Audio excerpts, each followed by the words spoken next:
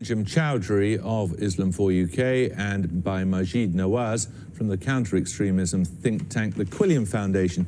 I see in your statement today that this decision, in your judgment, is a victory for Islam and for Muslims. How does that work? Well, absolutely, because if you believe in something, then it should be good for all times and places. The government advocate democracy and freedom. Supposedly, their own soldiers are dying for freedom and democracy in Afghanistan. And yet, when we expose their foreign policy, as we did with the mere suggestion of having a procession in Wooden Basset, suddenly you find that freedom dissipates and you have dictatorship. And how's the campaign to move Britain over to Sharia law coming along? Well, this is in the hands of God. We do our best to propagate Islam. Well, of course it is. I think many people will see that democracy and freedom is no good for the British, no good for Afghanistan, and in fact, we need an alternative. Unlike man-made law, the Sharia is not something which gives you a right today to take it away tomorrow. It's good in all times and places. What is Siri, to make this an issue of freedom and democracy is absurd. Anjem, you haven't had a hair on your body touched by this government or this country. You haven't spent a day in prison. You haven't suffered one bit for your views. You're allowed to sit here right now because of freedom and democracy. In your so-called caliphate, you'd have me killed, wouldn't you? Wouldn't you have me? Am I an apostate that deserves death? Well, I mean, obviously, Maajid Nawaz is part of an apostate organisation called the Quilliam Foundation. He's paid by Alan Johnson and Gordon Brown to say what he's saying. Anjem, how many thousands of pounds a year do you get on benefits? This man gets £2 million with his and his organisation in order to fight against Islam and Muslims. Look, he's asked you two questions. Firstly, under your caliphate, he would be executable, would he? He would be judged by an Islamic judge, and then after that... And his second question, his second question, did you hear that? Repeat the second. How many thousands of pounds are you receiving from the British government every year on dole money? On dole money. I receive nothing at all from the British government. Are you on the dole? At the end of the day, when you lose the argument, it's very easy to... So now I'll ask you again. Have you had a hair on your body touched by freedom and democracy? For both of you, obviously, and the 5-minute clip that you played here, I'll tell you something.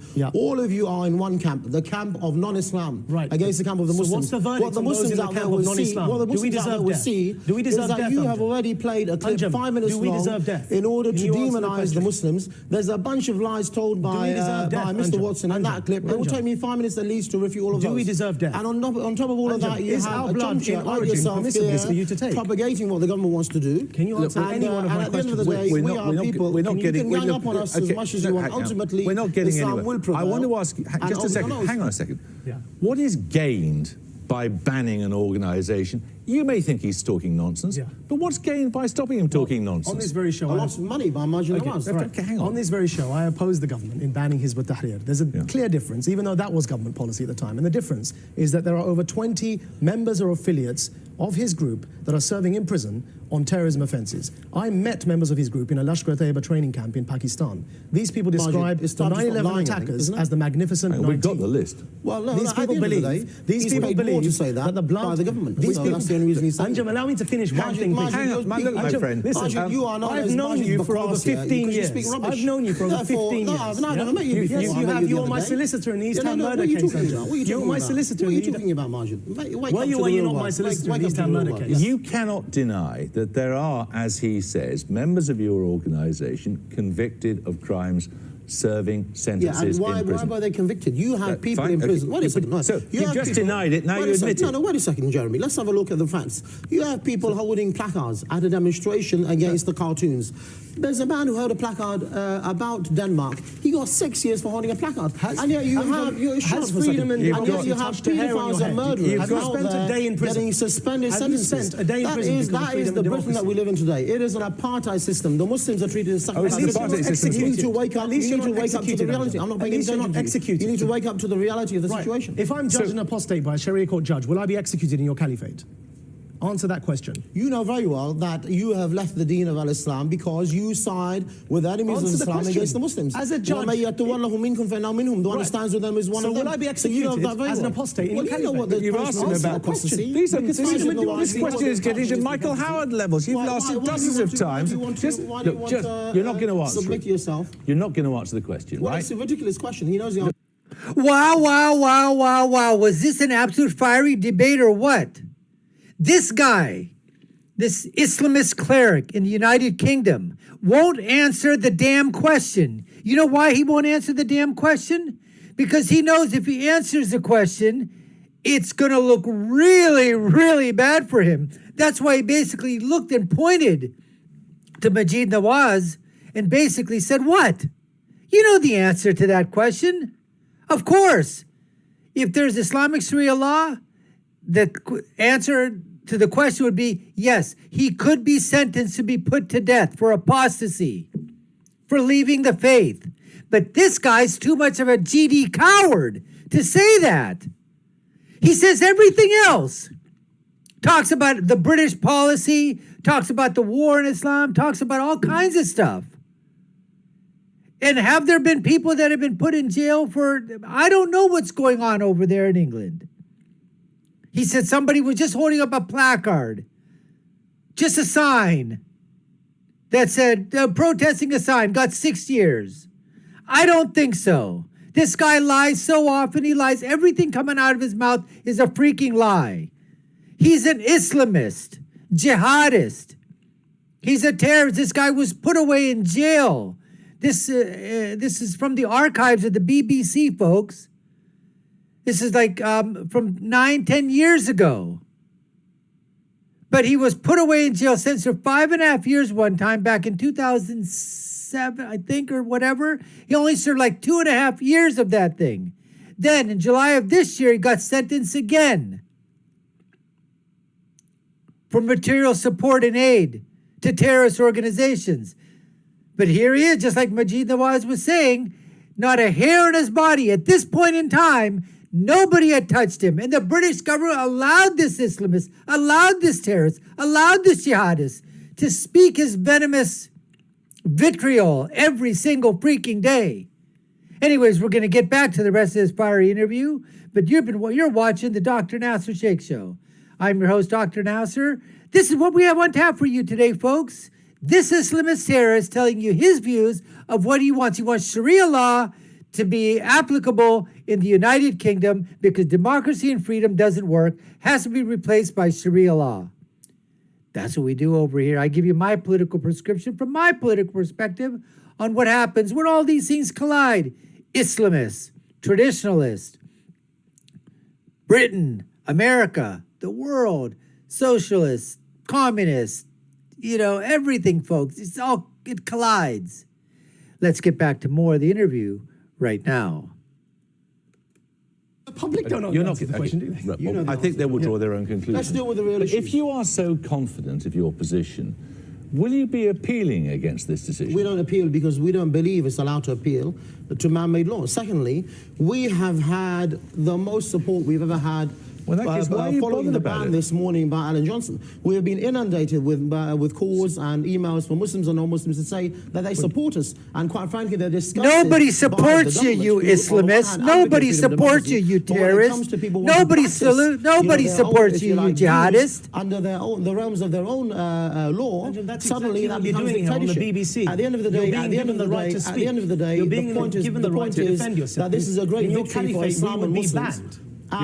Well, you would be. I mean, you wouldn't be around this. You wouldn't be around this caliphate. But listen, don't you think tactically, whatever you think about nutty views, nutty views which you two are presenting today, profoundly held convictions, whatever you want to call them. Let me ask you something, Jeremy. Hang on, I'm asking him a question. You hang on. I know, but you're using pejorative. Is it not counterproductive to wait until something potentially provocative happens, which it doesn't happen in the end because they called it off, like this march in Wootton Bassett, and then to impose a ban on their right to say things? And that's a mistake the government has made. These people should have been banned when they set up Islam for UK, and it's wrong of the government to suddenly decide to ban them. They should have been banned from the beginning. They are different to Hizb ut-Tahrir, though they're an offshoot of Hizb ut-Tahrir. They do promote and glorify violence. Of course you are.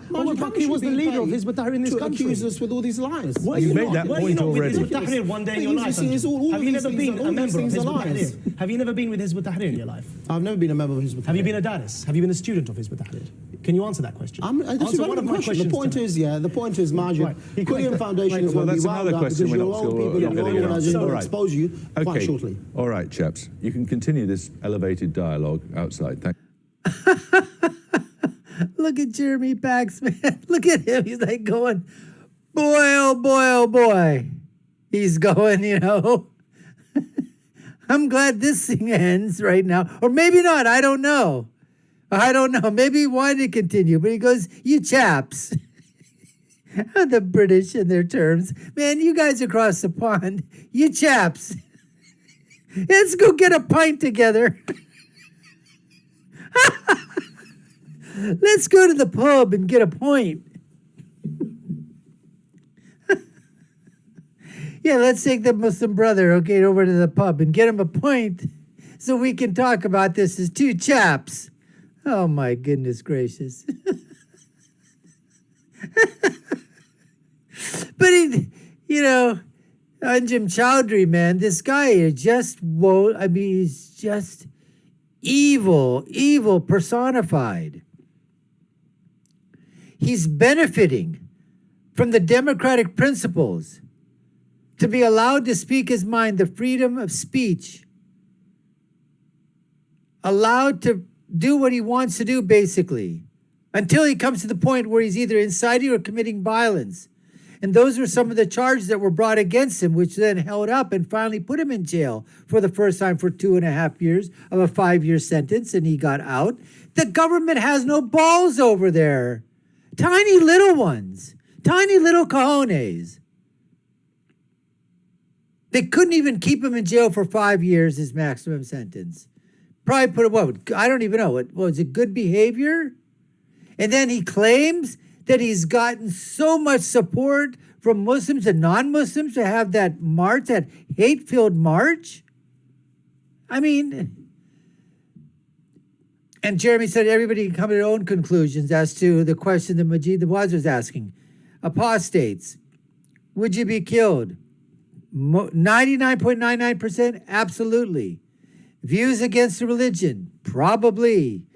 At least jailed, at worst, and at even less least, beaten. At worst, killed. Wouldn't answer a single solitary question, just kept going on and on and on about how the government's going after him, the government's going after his group.